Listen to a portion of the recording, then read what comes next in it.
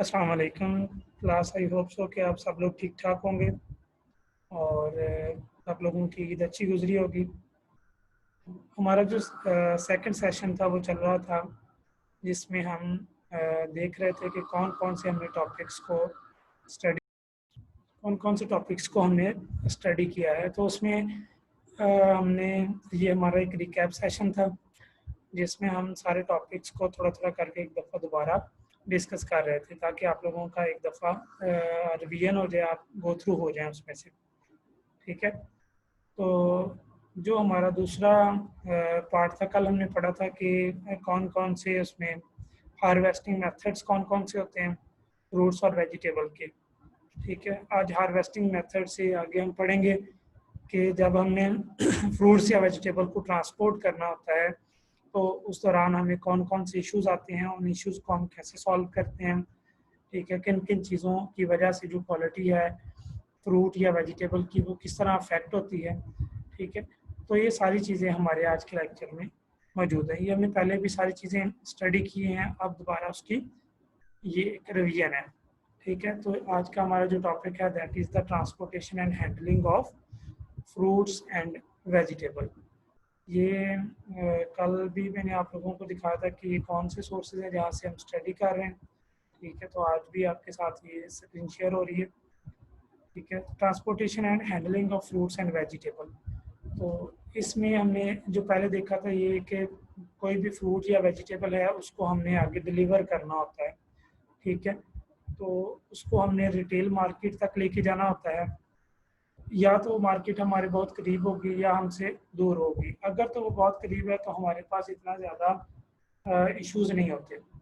हमने डायरेक्टली उसको हार्वेस्ट करना है और हार्वेस्ट करने के बाद हमने उसको ट्रांसपोर्ट कर देना है टू द नियरेस्ट मार्केट। अगर वो हमसे दूर, हमने उसकी ट्रांसपोर्टेशन करनी है, उसकी जो टेंटेटिव मार्केट है वो दूर है, तो उसके लिए हमें डिफरेंट शिपमेंट के वेज यूज़ करने होते हैं। या हम उसको किसी ट्रैवल में बेच सकते हैं, ठीक है, या हम उसकी एयर के ज़रिए ट्रांसपोर्टेशन कर सकते हैं, या हम सी के थ्रू कर सकते हैं, और हम इसमें बाय रेल भी उसको सेंड कर सकते हैं। ठीक है, तो ये डिफरेंट सिनेरियोज होते हैं, ये डिफरेंट कंडीशंस होती हैं जिनके मुताबिक हमने आगे अपनी चीज़ों को सारा देखना होता है। ठीक है, जिस तरह अगर आपने किसी दूर दराज जगहों पे बेचने हो तो आप देखते हैं कि आपने उसकी पहले प्री कूलिंग करनी होती है, उसकी प्रॉपर पैकेजिंग करनी होती है, उसका टेम्परेचर का ख्याल रखना होता है, वेंटिलेशन का ख्याल रखना होता है। ठीक है, तो सारी चीज़ों को आपने कंसीडर करना होता है, फिर ही आप प्रॉपर उसको ट्रांसपोर्ट कर सकते हैं। हमारे यहाँ यही सबसे बड़ा अलमिया है कि हमारे जितने भी फ्रूट्स या वेजिटेबल हैं वो प्रॉपरली मार्केट्स तक पहुँचने से पहले 40% जो हैं वो उसके लॉसेस होते हैं। ठीक है, तो इन लॉसेस को हम कम कैसे कर सकते हैं? अगर हम अपनी जो ट्रांसपोर्ट कंडीशंस हैं उनको इम्प्रूव कर लें, रेफ्रिजरेटेड कंडीशंस ले आएँ ट्रांसपोर्टेशन में, तो उससे हमारा जो है वो प्रोडक्ट लॉस जो है वो कम से कम हो जाएगा। ठीक है, तो दूसरी चीज़ ये कि अगर हम रेस्पिरेशन रेट को और वाटर लॉस को कंट्रोल कर लें टेम्परेचर लो करके, तो इससे भी हमारी जो प्रोडक्ट क्वालिटी है वो बेहतर हो सकती है। ठीक है, तो ये कुछ तरीके, ये कुछ फैक्टर्स हैं जो कि अफेक्ट करते हैं प्रोडक्ट क्वालिटी को ड्यूरिंग ट्रांसपोर्ट।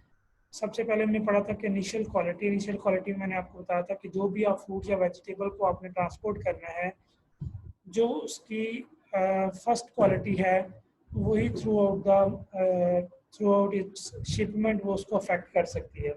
अगर तो इंफीरियर क्वालिटी है तो जो आपके पास फाइनल एंड पे प्रोडक्ट बनेगी या एंड पे प्रोडक्ट आएगी आपके पास, वो भी उसकी क्वालिटी भी इंफीरियर होगी। अगर आपने हाई क्वालिटी, अच्छी क्वालिटी की आपने फ्रूट या वेजिटेबल को पिक किया है तो वो ज़्यादा देर निकालेगी, उसकी शेल्फ लाइफ अच्छी होगी और उसमें डैमेज के चांसेस जो हैं वो भी कम से कम होंगे। तो इसलिए initial quality that is a prime factor during the transportation. दूसरा जो हमारे पास फैक्टर है दैट इज़ द टेम्परेचर। मैंने आपको बताया था कि टेम्परेचर जो है ये अफेक्ट करता है रेस्पिरेशन को, ठीक है। रेस्पिरेशन को अफेक्ट करता है, वाटर लॉस को अफेक्ट करता है, ठीक है। जितना ज़्यादा रेस्पिरेशन रेट ज़्यादा होगा उतना ही स्टोर्ड कार्बोहाइड्रेट्स की जो है वो डिप्लीशन ज़्यादा होगी, ठीक है। वो जल्दी जल्दी डिप्लीट होते जाएंगे, ठीक है। उनकी डिप्लीशन से क्या होगा कि जो प्रोडक्ट है, जो हमारे पास फ्रूट या वेजिटेबल है, उसकी जो शेल्फ लाइफ है वो भी शॉर्ट हो जाएगी, ठीक है। तो अगर हम for example 10 degree centigrade rise करते हैं टेम्परेचर में, तो क्या होता है कि जो रेस्पिरेशन रेट है वो 2 to 5 टाइम्स इंक्रीज होता है। रेस्पिरेशन रेट इंक्रीज होने से क्या होता है, शेल्फ लाइफ कम हो जाती है, ठीक है। तो इसलिए एक कंपैरिजन भी है कि अगर डिफरेंट बेरीज को आप 7 डेज के लिए आपने स्टोर किया है, 0 डिग्री सेंटीग्रेड पे स्टोर करेंगे तो 7 डेज निकाल जाएगी। अगर आप उसको 20 डिग्री सेंटीग्रेड के ऊपर स्टोर करेंगे तो फिर वो सिर्फ 1 दिन निकालेंगे, ठीक है। तो इसी तरह डिफरेंट फ्रूट्स हैं कि अगर उनका आप स्टोरेज टेम्परेचर इंक्रीज करते जाएंगे तो उनकी शेल्फ लाइफ जो है वो डिक्रीज होती जाएगी, ठीक है। तो दूसरी चीज़ ये कि अगर आप टेम्परेचर बहुत ही कम रखते हैं तो उसके भी कुछ डिसएडवांटेजेस हैं, ठीक है। जिस तरह बहुत सारी पेरिशेबल कमोडिटीज़ हैं उनको हम कूल रखते हैं, ठीक है। अगर हम उसको फ्रीज कर दें, फ्रीज से उसमें चिलिंग इंजरी के चांसेस हैं, फ्रीज डैमेज के चांसेस हैं, क्रिस्टलाइजेशन के चांसेस होते हैं, ठीक है।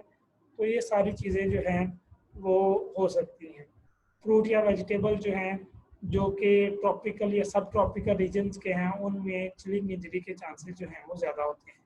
इसी तरह सरफेस फिटिंग या टिश्यू डैमेज, ऑफ फ्लेवर की डेवलपमेंट और जो है वो डिके के चांसेस जो हैं वो चिलिंग इंजरी की वजह से ज़्यादा हो जाते हैं, ठीक है। तो इसलिए ज़रूरी है कि अगर हमने फ्रूट या वेजिटेबल को स्टोर करना है, उसकी ट्रांसपोर्टेशन करनी है, तो हम उसको प्रॉपर टेम्परेचर दें, प्रॉपर उसकी उसमें रेफ्रिजरेटेड कंडीशंस रखें, ठीक है।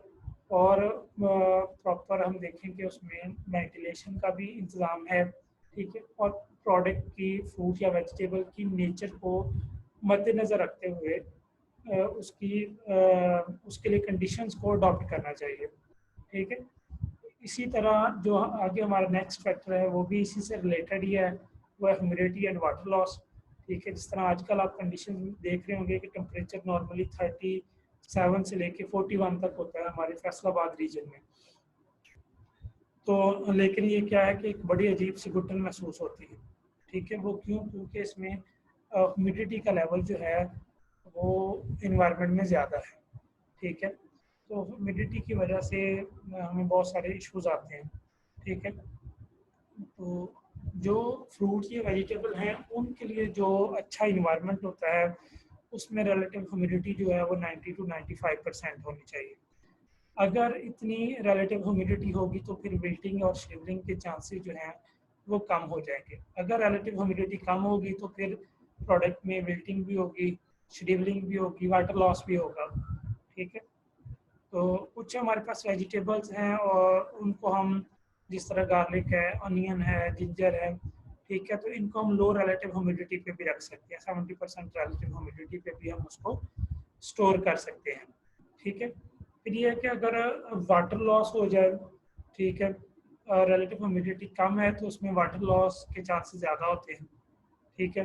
तो वाटर लॉस की वजह से भी डिटीरियोरेशन जो है वो जल्दी होती है, प्रोडक्ट की सॉफ्टनिंग हो जाती है, ठीक है। और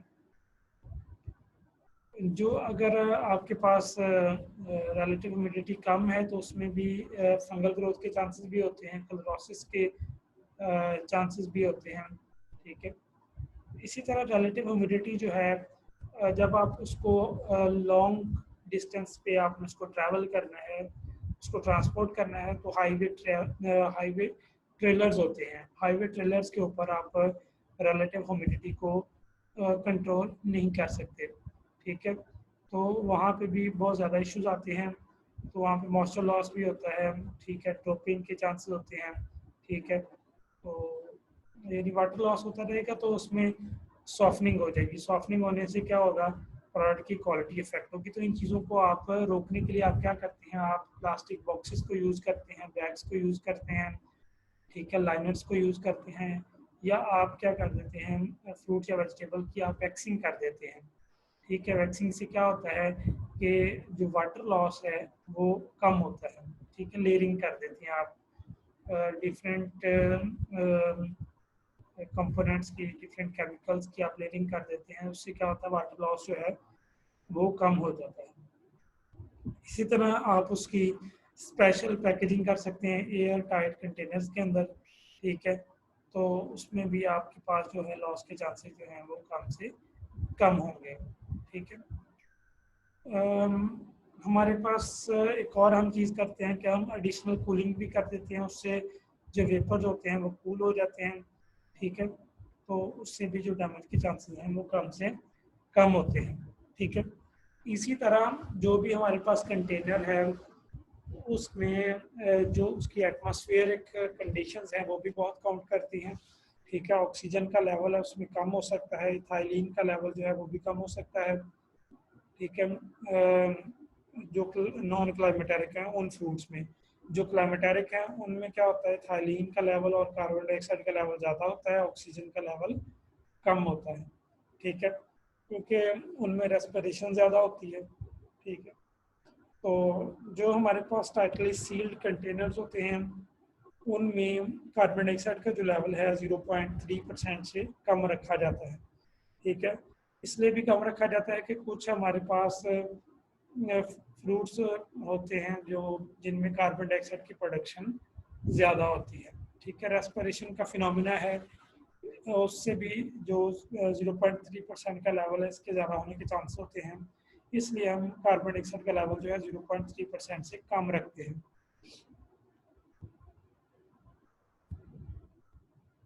इसी तरह डैमेज को कंट्रोल करने के लिए लेवल को हम इसलिए कम रखते हैं कार्बन डाइऑक्साइड के बहुत सारी जगहों पे कार्बन डाइऑक्साइड बिल्डअप हो जाती है। ठीक है, तो वहाँ पे भी डैमेज के चांसेस होते हैं। जब हमने इसको थ्रू द शिप ट्रांसपोर्ट करना होता है, मिराइन कंटेनर्स के अंदर ट्रांसपोर्ट करना होता है, तो उनके अंदर जो है वो वेंटिलेशन मैनेजमेंट सिस्टम्स होते हैं, जिस तरह थर्मोकिंग मार्केट सिस्टम्स हैं। दो इसमें सिस्टम्स होते हैं, AF/AM होता है और AF/AM+ होता है। ये दो सिस्टम यूज़ किए जाते हैं। ठीक है, तो ये इसमें क्या होता है, इससे हम क्या करते हैं, हम इससे हम रेट ऑफ वेंटिलेशन को कंट्रोल करते हैं और एरेशन को लिमिट करते हैं।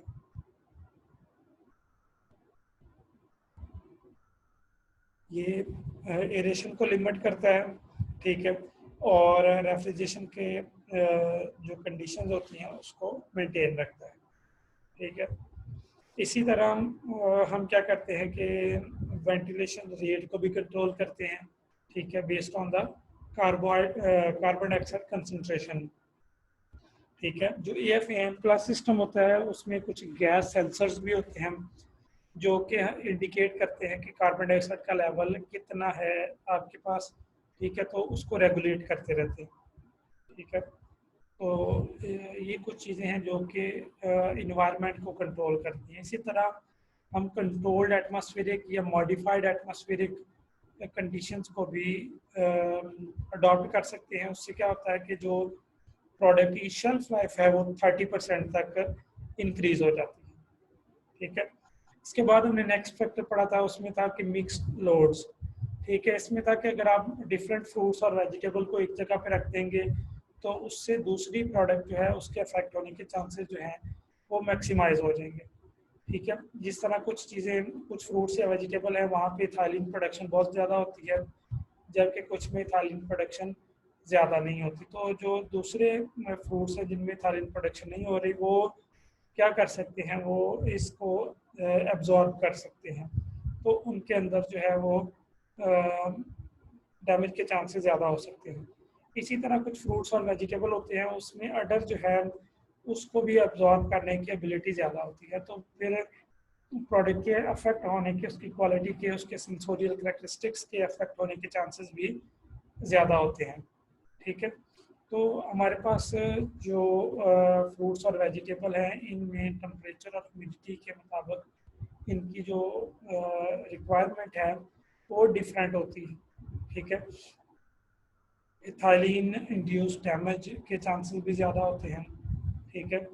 और इसमें ये भी हो सकता है कि अगर आपके पास एक चीज़ है, एक फ्रूट है जिसमें इथाइलिन प्रोडक्शन ज़्यादा है, एक में इथाइलिन प्रोडक्शन कम है, तो जिसमें इथाइलिन प्रोडक्शन ज़्यादा होगी तो उसमें वो फ्रूट के जल्दी रैपनिंग के चांसेस हैं, ठीक है। अगर उसको कंट्रोल ना किया जाए तो इथाइलिन प्रोडक्शन और ज़्यादा इंक्रीज हो जाएगी, जिससे क्या होगा, वो फ्रूट या वो वेजिटेबल जो है डिटीरियोरेट हो जाएगी और उसके वो जल्दी ख़राब हो जाएगी। अगर वो ख़राब होगी तो उसके साथ जो हमने नॉन क्लाइमेटेरिक फ्रूट्स या वेजिटेबल्स रखी हैं उनके ख़राब होने के चांसेस भी ज़्यादा हो जाते हैं। इसी तरह मिराइन कंटेनर्स के अंदर भी आपने उसको वीक्स तक उसकी डेस्टिनेशन जो है वो वेरी करती है, यदि डिस्टेंस जितना ज़्यादा होगा उतने ज़्यादा डे ज़्यादा लगेंगे, ठीक है।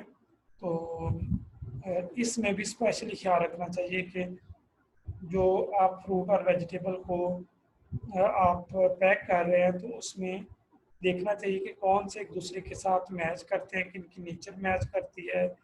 जो बिल्कुल ही डिफरेंट फ्रूट्स हैं उनको हम डिफरेंट जगहों पे रखते हैं। इसके अलावा हम यूज़ ऑफ 1 MCP जिसको हम स्मार्ट फ्रेश भी कहते हैं, ठीक है, उनको भी हम यूज़ कर सकते हैं। उससे फ्रूट और वेजिटेबल के डैमेज को कम से कम किया जा सकता है, ठीक है। और इसके अलावा हम एयर एक्सचेंज रेट को भी हम कंट्रोल कर सकते हैं। इसके अलावा इथाइलिन स्क्रबर्स होते हैं जो कि एक्स्ट्रा इथाइलिन को कैप्चर कर लेते हैं और डैमेज को कंट्रोल करते हैं। इसी तरह कंट्रोल्ड एटमॉस्फेरिक पैकेजिंग मैंने बताया, उसमें भी इथाइलिन सेंसिटिव एजेंट्स होते हैं या इथाइलिन सिक्वेंजर्स होते हैं जो कि इथाइलिन को सेंसर भी होते हैं और सिक्वेंजर्स भी होते हैं, ठीक है, जो कि इथाइलिन को की प्रोडक्शन को कंट्रोल करते हैं, ठीक है। इसी तरह हमारे पास डिफरेंट इस तरह के सेंसर्स होते हैं जो कि मॉनिटर करते हैं और कंट्रोल करते हैं। वो टेम्परेचर के भी होते हैं, थाइलिन के भी होते हैं, ठीक है। तो इनका यूज़ भी हम कर सकते हैं, ठीक है। या इसका एक और तरीका भी है कि आप डिफरेंट कंपार्टमेंट्स बना सकते हैं with in the same container, ठीक है, जिनकी आप डिफरेंट जगहों के ऊपर अलग अलग उनको स्टोर कर सकते हैं। तो इससे भी शेल्फ लाइफ जो है वो इम्प्रूव हो सकती है। इसी तरह जिस तरह कंट्रोल्ड एटमॉस्फेरिक या मॉडिफाइड एटमॉस्फेरिक इन्वायरमेंट होता है, इसी तरह इनकी पैकेजिंग होती है, ठीक है। तो वो पैकेजिंग भी जो है वो क्वालिटी को अफेक्ट कर सकती है, ठीक है। यानी कि अगर आपने CAA कंट्रोल्ड एटमॉस्फेरिक या मॉडिफाइड एटमॉस्फेरिक पैकेजिंग किया तो उससे प्रोडक्ट के अफेक्ट होने की चांसेस भी कम से कम होती है, ठीक है। तो इसी तरह अगर आपने 7 दिन या उससे ज़्यादा की ट्रांसपोर्टेशन करनी है तो फिर आप कोशिश करें कि आपके पास फ्रूट्स या वेजिटेबल जो है इनको आप मिक्स ना रखें, ठीक है। डिफरेंट नेचर के फ्रूट्स और वेजिटेबल को डिफरेंट जगहों के ऊपर रखते हैं, ठीक है। तो इसी तरह आप रिलेटिव ह्यूमिडिटी को 50 to 70% रखें, ठीक है, डिटीरियोरेशन को इनहिबिट करने के लिए, ठीक है। और टेम्परेचर को आप 0 से 2 डिग्री सेंटीग्रेड तक रखें, ठीक है। और इसी तरह आप रिलेटिव ह्यूमिडिटी को इंक्रीज भी कर सकते हैं, ठीक है। इसके बाद हमने लास्ट फैक्टर पढ़ा था, उसमें था कि फिजिकल इंजरी से प्रोटेक्ट करना भी बहुत इंपॉर्टेंट होता है। जब आप ट्रांसपोर्टेशन कर रहे होते हैं तो लोडिंग के दौरान आप अगर बॉक्सेस को एक दूसरे के ऊपर रखते जाएंगे तो उसमें भी जो है वो प्रोडक्ट क्वालिटी इफेक्ट हो सकती है, फिजिकल या मैकेनिकल डैमेज हो सकता है, ठीक है। जो पैलेट्स हैं वो इफेक्ट हो सकते हैं, ठीक है। तो अगर कोई भी फिजिकल इंजरी होगी है तो उससे भी क्या होता है, जो फ्रूट की जो अपर सरफेस होती है वो डैमेज हो जाती है। वो डैमेज होने से क्या होता है, वाटर लॉस होता है। वाटर लॉस होने से क्या होता है कि जो आपकी प्रोडक्ट की क्वालिटी है वो अफेक्ट होती है, डिटीरियोरेशन के चांसेस, वाटर लॉस के चांसेस ज़्यादा होते हैं, ठीक है। तो इसलिए हम फाइबर बोर्ड वगैरह यूज़ करते हैं या कुछ ऐसी चीज़ें यूज़ कर लेते हैं जिसमें चांसेस ऑफ डैमेज जो हैं वो कम से कम होते हैं, ठीक है। तो ये कुछ फैक्टर्स जो कि हमने देखे, ठीक है, आई होप सो कि ये एक हमारा एक रिवीजन होगी हमारी। ठीक है, तो इंशाल्लाह ताला नेक्स्ट लेक्चर में मिलते हैं। ठीक है, इससे फर्दर हम कंटिन्यू करेंगे। अल्लाह हाफिज़।